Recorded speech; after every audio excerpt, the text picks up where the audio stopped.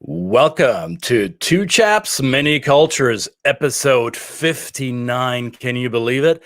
And today it's going to be future talk, also some Viking talk. You'll find out what the two things have to do with each other in a second.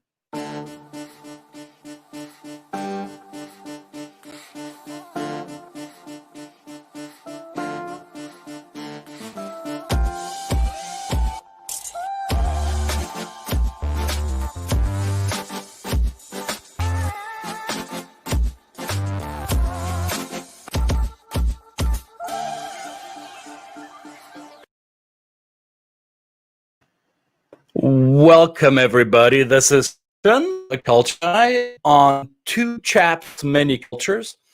And you will notice that there is only one chap right now. So the reason for that today, this is the first episode in 59 episodes. Brett and I have been doing this together. And Brett is tending to a family situation that I will not divulge in any more detail. However, rest assured, it is important enough for him to not be here today. So if you're so inclined, send him your blessings and your positive energy. Trust me, he needs all of that as much as he can get. So one episode with just one chap, but I'm not going to be the only talking head here today. We have a wonderful guest for you today. And I said Vikings and future stuff. The Viking stuff is pretty easy to explain. Welcome, Line Mørkbak. And what's the Viking thing about you, Line? I guess I have Viking blood. I am originally from Denmark, and I actually have a dad who is a passionate Viking researcher and author as well. So I did grow up with quite a lot of Viking stories, and also being from Denmark, that is definitely something that we pride ourselves of as part of our heritage. So what's the important piece that a idiot like me needs to know about the Vikings? Well, can you bust one of those Viking myths that some of us may have? Well, it wasn't just about them being bloody and being around the world, or not around the current world, around Europe, making a mess. They were also really avid traders, and had a very equal society where everyone could vote if they were not slaves, but if they were free Vikings, they could vote, and women actually had a right of a true right to get a divorce, and this is like year 1000. So there are some facts for you. That is amazing. And that would explain maybe why those in today's world that are touched by Danish culture, whether it be parts of Sweden or Norway or parts of Germany or the Germanic or Dutch world and parts of the English world, as we know, the Danes had a strong influence on how Great Britain evolved in the Middle Ages. So some of that individualism and egalitarianism that we find today in these cultures may be a result of Viking influence. Would that be fair to say? Definitely, or the other way around. Maybe it's something in the water, in the soil, that meant that's how the Viking society evolved. But yes, there's definitely a link to that. Whenever I do introduce, similar to yourself, I do a lot of work in the cultural field, or have historically done a lot of that. And when I do introduce people who are engaging with Danish business or living in the society for the first time, I do talk quite a bit about that Viking history, because I think it's important to understand where that's coming from. That driver for us to be fairly equal and solve it on an equal playing field definitely stems back from that area as well. As you said, we both have roots in the cross-cultural world, and there's when we explain, or when I explain it to my clients, the difference between hierarchy and egalitarian societies, I often bring up an example, and now I'm having a hard time remembering which Roman source text I'm quoting from, but there's a story of some Roman centurion being sent into the Norseman territory to negotiate some kind of truce between the Roman army and the belligerent Norseman troops. And so the very hierarchical Roman society said, hey, go out there, find their captain, find their chief, find the top of the pyramid, talk to them and bring them my message, and then let's see what we can negotiate.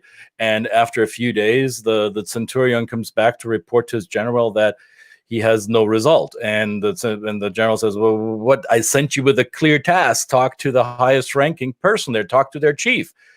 And he said, well, they all said they were chiefs. I didn't know who to talk to. There was like every one of them was equally important, apparently. And I really couldn't figure out who was the more senior and most important person. So obviously this is maybe a little bit too pointed of a story, but I think it illustrates that these power dynamics go back thousands of years, right? It does. It does. At the same time, also, Denmark is one of the oldest, if not the oldest, monarchy in Europe. So it doesn't mean that we haven't had that structure as Right. well. It's more, it hasn't been like a commune. Like, it definitely has had that leadership. But I think it's also a matter of how that leadership is being navigated, enforced, and what invitation for shared leadership or on the next level down. That is probably what's really signifies also, like, today, a Danish management style. Like, there's Danish managers everywhere. There's CEOs of companies. So it's not that there's not that structure. It's more how that's played out, and how people on other parts of the organization is pulled in and having a voice, and a true say in how to run business and how to make decisions. Right.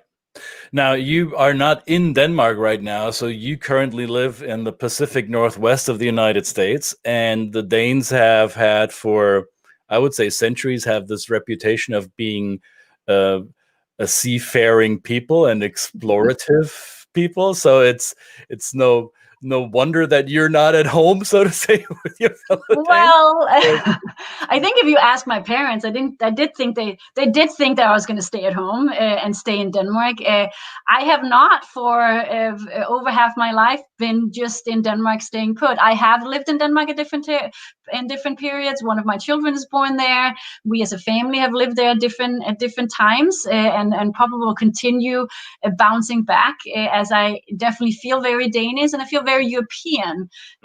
But yes, right now we are living on the west coast of the U.S. and just outside of east of Portland, Oregon, where we're living on 11 acres in the Oregonian woods. Wow. So.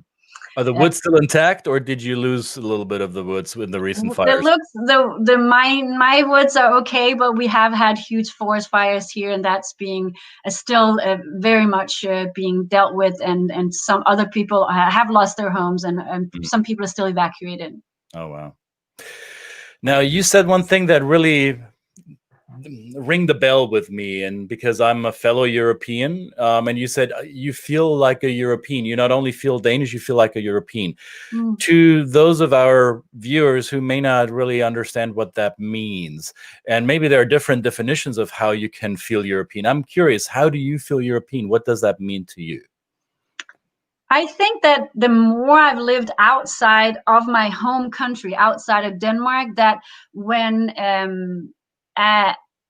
as I'm, well, first of all, yes, I am from Denmark. I've lived a short period in Spain. I've lived in London. I lived in Edinburgh, Scotland. I lived part of my childhood in Greenland. And I've always traveled extensively, and then also lived in the US. The longer I've been away from my home country, I think I definitely identify as being Danish, but I think the nuances of how I feel different here in the US where I live now is not so much that I'm necessarily Danish, but more that I'm European. And by that, I think having a longer history than people in the US, and I'm also on the west coast of the US, right? It's a lot shorter history from the history that's embedded from the immigrants people here, Right. not the history that's here from the tribes that was inhabiting here for a long time. But it's a newer history from the white people here. So that kind of foundation is something that where I feel that I'm more European. I think how the political system is put together, I feel more European, and definitely also in an aesthetic sense, like a way of art and architecture, urban designs, things like that. I think I still have a European, Yeah, and well, and flavor. I'm smiling because Danish design is known around the world for its forward thinkingness and architecture and design. There's, if you ever get a chance to watch documentaries on all these streaming networks on urban design, on architectural design, you'll most certainly come across a handful of Danish architects who are in the spotlight with their unique approach to creating the world in which we live, right? Yeah. Now, I would not suspect that you would speak on behalf of everybody in Denmark, but would you say that the Danish society today sees itself as part of a European puzzle and they're one piece in that bigger European picture? Or do Danes overall see themselves as we're Danish first and European second? How would you read the polls there? Oh, that's a big question. And actually, I think, without being too political, I think there's like kind of consensus with the major political parties, either if you're left or right in Denmark, that they would prefer not to sending a EU conversation to the polls again, because it actually is pretty split down the middle in Denmark, or at least it was at the most recent polls. So for those who maybe know, Denmark has been member of the EU since '72, so for a long time member, but have chosen at different pieces to not buy into the full package. We do not have the European currency. We still have the Danish currency. We've also not bought into the same or signed up for the same part of defense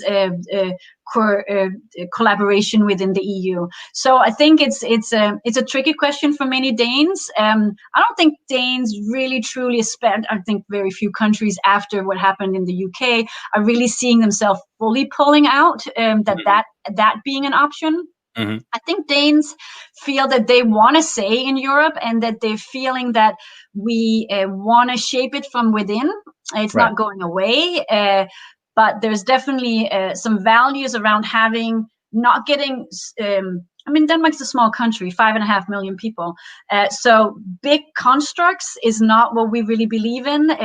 Denmark has been Protestant like almost 5 minutes after Martin Luther put his thesis on that front door, and they're like, "Oh, we'll sign on to that." Like, we actually don't believe in sending our taxes to the Pope in Rome. We also don't believe that mass should not be in our own language, or that there is a middleman between me and my God. So I think that middleman has always been an issue for Danes. So I think the Danish philosophy is to try and make the EU machine as democratic and as close to citizens as possible, and that's probably how we're going to try to navigate. We're also small, like we're not. We do need the EU.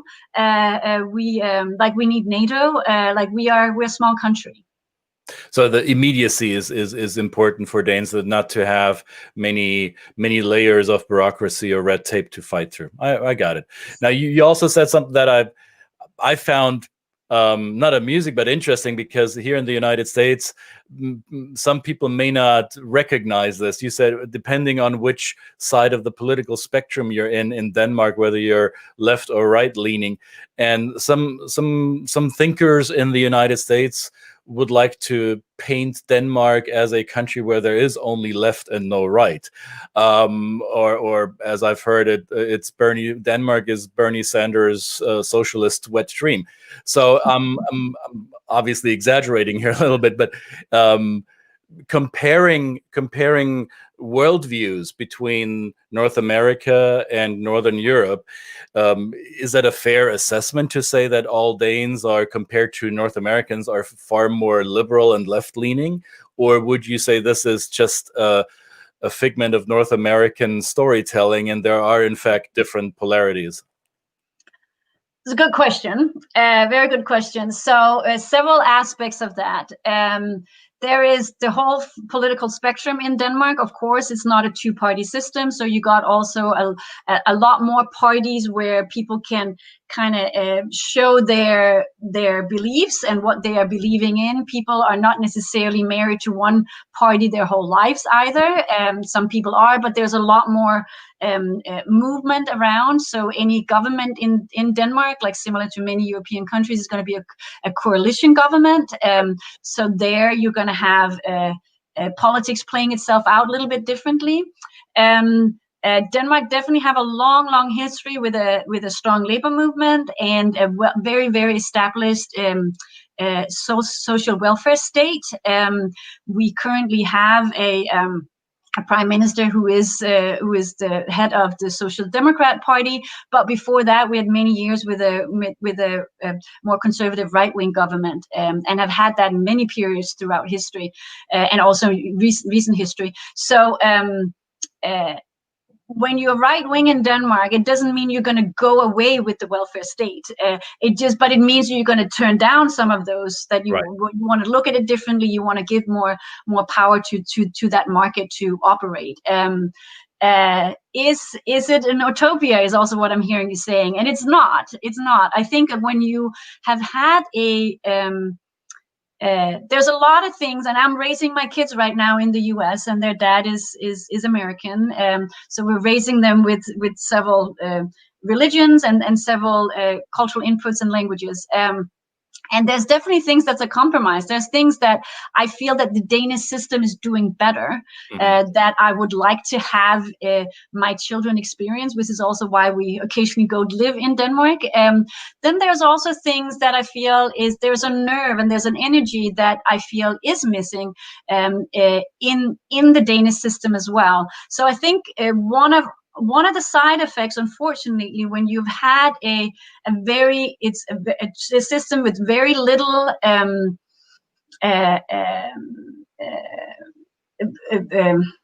mismanagement, there's very little abuse of power in the Danish society and in the Danish state. So people trust in. There's a very high level of trust into what you're signing on to as a citizen. It also means that I think a lot of Danes have kind of signed some of that neighboring help and some of that community feeling to the system. Like that's taken care of out here. Right. And some of that nerve I feel very strongly as I'm in the northwest of the U.S. I feel that because people don't necessarily can rely on their government here, that they are coming together, they're involved in their schools, they're involved in their community, they're helping their neighbor out. Things are not running as smoothly, which in some ways bring the better of us out as human beings. Because this is an immigrant nation where they were not able to rely on well-established societal infrastructures, right? So they had to form a community that operates separate from any government institution, whereas in many European countries have well-established government institutions that citizens have grown to rely on and say, well, I don't need to necessarily have this bootstrapped grassroots neighborhood taking care of each other because my taxes are paying for it, right? Exactly. So I do think that there is part of that energy that I very much appreciate in this country that I'm currently living in. At the same time, you cannot just take a model that works in one society in terms of its size and social demographics and also long history and say, oh, we can just use that model over here. Like Denmark is a small country, Sweden is a much bigger country, but still these are small countries compared to, say, Brazil, compared to the US of America, right? Like Denmark and also Sweden and the other Scandinavian countries has a lot less social demographic diversity, a lot less cultural and religious diversity to be easier to build consensus, I guess, right? Exactly, right? Or maintain a long-standing consensus. Yeah. And when you are having that view of consensus, that's beautiful, but it's definitely a lot easier to get consensus of people who are having the same, signing onto the same level of values. And when you're having the same upbringing and sharing some of the same cultural beliefs, that's easier. So it's a very different societal challenge that you have in other countries outside of Scandinavia. And I think that often gets missed in the kind of glorifying of the social welfare state. Glad you helped us bust that myth a little bit. There's another Danish myth that I would like to address, and we talked about this yesterday. So just full disclosure, Line and I occasionally work together, and yesterday was one of those days, and I asked her this, and I thought this would be a good question for our talk here today. For years now, in the English-speaking world, there's all these new buzzwords brought into how we organize ourselves around work or outside of work, and this Danish concept of hygge has been, well, it's been carried around like a golden cow, like this is the new best thing and we all need to be hygge. And I am not so sure if everyone fully understands what that hygge thing means. You probably have seen this meme online. I hear you keep using that word. I'm not really sure you understand what it means. So from a Danish person, please explain what hygge is. What is hygge? Really... Right? Yeah, I think most Danes, when we start seeing that this became a thing, and there's like a book in the airport of like, oh, read about Danish hygge, we're like, you're kidding, right? Like this is like people are now studying this, like, but yes, it's a thing. I think it's something that Danes have always been proud of like, yeah, it's hygge, like it's a thing, but it's also an atmosphere, and it's also something we're using like as a phrase, like, oh, det var hyggeligt at møde dig. It was cozy to be hanging out and to have this, spend this time with you and to meet you. And I think there's been a lot of like along these lines with Scandinavian design of like, oh, it's a certain design trend, and like, and that's BS. That's not what it's about. But it is actually more of an atmosphere, and I think what people maybe not always, I mean, it comes spontaneously, but in some ways it's also a little bit orchestrated. That it is hygge is when it's evening time, it's November, it's dark outside, we're obviously lighting lights. That Danes love to light their candle lights everywhere because it's dark a lot of time of the year in the winter times, and something is baking, there's something coming out of the oven, guests are coming over, and we're setting the table with matching napkins, and then they're coming, and oh, this is hygge, like now we're together. So there's something togetherness that I can come with my bunch of friends and bring maybe a 6-pack. Would that be okay? No. So I think that's the thing, that this is not your like, I used to live in southern Spain for a short period of time. This is not the like someone's honking down the street, hey, come on, we're heading to the beach. Like, that's fun and games, but that's not like hygge. There's something about it being, as I said, orchestrated. I don't want to say controlled, but it is the people that invite it. It's not like suddenly a bunch of people crashing the party that we didn't know. I mean, that doesn't mean that doesn't happen, right? But that overall sentiment around hygge is that there's a calmness, and it's also that we know what to expect, and we've chosen these people. I'm not uncomfortable. I'm comfortable because these are the people that I knew were coming.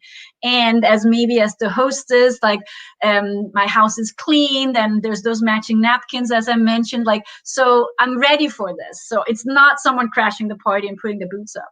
And it's also not kumbaya and we're all holding hands and becoming friends all of a sudden with each other. It's by design, right? I invite people that I want to have hygge with. It's not like this is something that spontaneously happens amongst a group of people or even co-workers. So this whole work-life concept of hygge in the workplace might be a bit misleading then. Well, I say Danes are very good at having hygge in the workplace. Like, the amount of times you have coffee and cake at a Danish workplace will, I mean, with your whatever your diet is out the window, right? Like, this is. So there's definitely also, like, Danes want this in their workplace as well, and they're creating that as well, right? Like, oh, in that cafeteria or in that break room, there's gonna be some candles lit, and now we're mingling there. Someone brought cake, and so there is that, and again, this is that atmosphere that was created. There's a lot around. I mean, most cultures has something around eating, right? But the Danes is definitely around. Sweden? Is that similar to having fika in Sweden, where it's like it's cookies and coffee time, and then we don't talk about work, we just get together and socialize?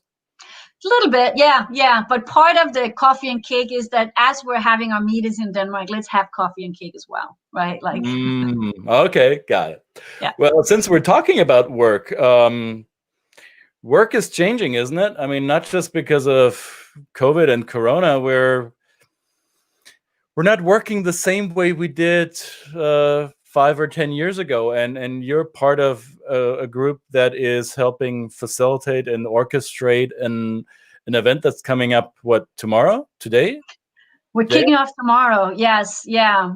So Let the people see what this is, right? So this is a Future of Work 24-hour global gathering. Explore our potential for disruption. That's tomorrow and Saturday, I guess, a little bit. So it's going to bleed over, and potential for disruption. So now I'm curious, what's going to be disrupted and what's the potential that lies in that? Well, the format is something that's called open space, and people might know it as sometimes it's called on conference. So instead of going to a conference where all those keynotes are all set up and there's these workshop sessions you can go to, and you can look at the whole program ahead of time, and you're listening to the experts. An open space conversation or open space gathering or on conference is a space where you're having one overall theme, and our theme is around future of work and our potential to start shaking up the status quo. But that's really the headline. And then whoever comes into our space, so we're running for 24 hours. That doesn't mean you're going to be joining and being online for 24 hours. It means that there's going to be different circles that opens up every 4 hours. We have global facilitators who is holding that space. So when each circle opens up every 4 hours, everyone is invited in to pitch a topic that they want to talk about, pitch a session that they want to host. So maybe they're an expert about something and they want to share that, or maybe they have a big issue or that they want to hear other people solve together with them. Maybe they have a question that they want to post forward, and they're just putting that on the board, convening that topic and that conversation, and then whoever comes into that space at that time will then shape that conversation. So you're taking the experts out. The experts is part of it, but they're not on stage. There's no stage. It's a circle. You know what this sounds like? Almost like a Germanic Nordic ting, right? Ritual. we come to the meeting place and I have a topic, and then the group decides, do we want to listen to that or not? So what if I pitch something and I get voted down, then I retreat in my corner and pout a little bit, or how does this work?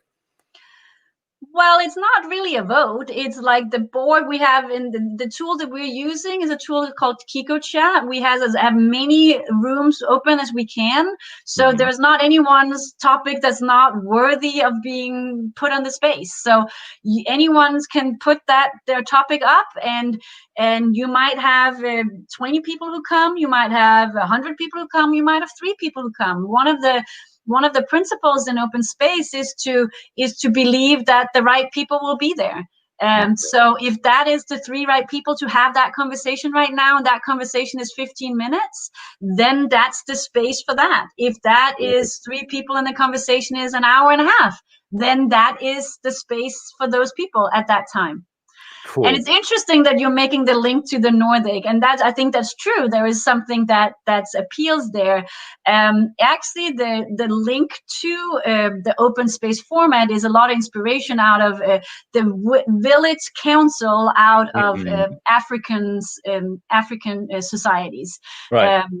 But I think there's something tribal about it. I think there is something before our way of structuring linear with, and also kind of putting weights over who has more to say and whose agenda items are more important than others. So it's kind of coming back to some of that way of gathering and having discussions. Nice. So here it is again, Future of Work 24-hour global gathering. So if this is something that you're super curious about, what do people do? Line, how do you participate? Is there still time to participate? Oh, definitely grab a ticket, and it's pay what you do that can. right here. There you are. Please go on our site there. Pay as you can. If you just want to explore it, like put a couple of bucks in, and then the space is open for you. All right. Come and go if you like. You don't have to pitch a topic. You can see what this is about if this is completely new for you. What we're hoping is that people are going to come at different times because it's global. So different hosts are going to host at different time zones. So different communities are going to step forth because it's more in their prime time zones than in others. So the idea is to really invite different thought communities in the future of work to be sharing. So this is where agile folks are going to be. This is where design thinkers. This is where people who are working with AI. This is where people who are looking at reinventing organizations from the end. The teal network folks are going to be there. So a lot of different thoughts communities are going to be mingling. All right, I posted the registration link also in the comments wherever you're watching this, whether you're watching this on Facebook or on YouTube. It's in a comment box, or you can just write it down from the screen here. Now, there's one last thing that I do want to bring up here, and I'm gonna bring both of our video feeds in at the same height again. We're being at eye level again, so. This is a linguistic thing that I'm totally geeking out over. There are a few letters in global languages that are unique to a certain group of languages. So my last name, you see that here, the second letter of my last name has a letter that I believe is only present in 3 or 4 languages around the world. It's the 2 dots over the O, the umlaut. Lena's last name also has an interesting O letter with a diagonal slash through it, and I believe the sound that it creates is the same as my sound, right? So how would you pronounce your last name? Mørkbak. So that letter is Ö, is like Ö. Ö. That's exactly the same as my second letter in my last name. The O with the 2 dots is also Ö, which is really hard for English speakers to pronounce. So what do most Americans call you? Well, I typically spell it just with an O because because there is no keyboard for that, right? So they called me Mørkbak, but then also I have a challenge with my first name, right? That is not Line, but it's more like Line or Lina. So I keep going back and forth if I should start using it differently, but this is the name I was given, so I'll work with it. Have you done work in Minnesota or in Wisconsin? I have. Have they told you any Lina and Ole jokes there? Okay. Yes, good. they have. But also often when I say my name is Lina, if people don't see the spelling of it, they will say, "Oh, my, Russian grandmother was Lina." So there was also some Russians and of roots of that name when it's spelled more like Lena. So how many other languages have that O with a slash through it? Do you know? Or is it I believe it's just Danish? I believe it's just Danish. So Norwegian in Denmark we have it either? Who? No, the Norwegians, do they have it? Yes, they do have it. I think now I'm sure. Well, don't let me get into the Norwegians and the Danes. I mean, like that. Their language is very linked to the Danish for historical reasons, and even though we're the smaller country, we don't talk about this, do we? We won't go into that. I will have to have somebody from Norway. Actually, I'm working on a guest, and you might know him. He's not Norwegian, but he lives in Norway. He's of Italian origin, or his family is. He was raised in the UK, and he's married to a Norwegian lady. His name is Pellegrino Riccardi. He works in our space. Okay, yeah. And he probably he could shed some light on that. Maybe we should have you back on when I have Pellegrino on, so we can have this Norwegian, Danish, German, British, Italian, European conversation. Let's get it all in there. Yes. It should be fun.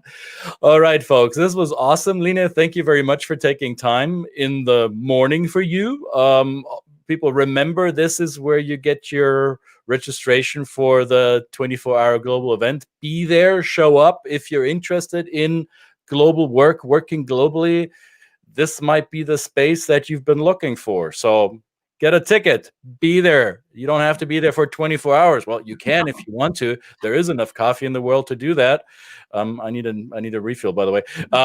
And just be there, learn from each other, and bring your whole self to it. Line, thank you so much for being on here. I hope to do this again soon. And let me Thanks see. for having me. It's been a pleasure. Since I'm the only one doing the technology here, let's see if I can do the outro right too. I think I almost handled the intro well. Let's see if I can do the outro. You're doing very well as the single chap. Thank you. Make me feel better. See you all tomorrow.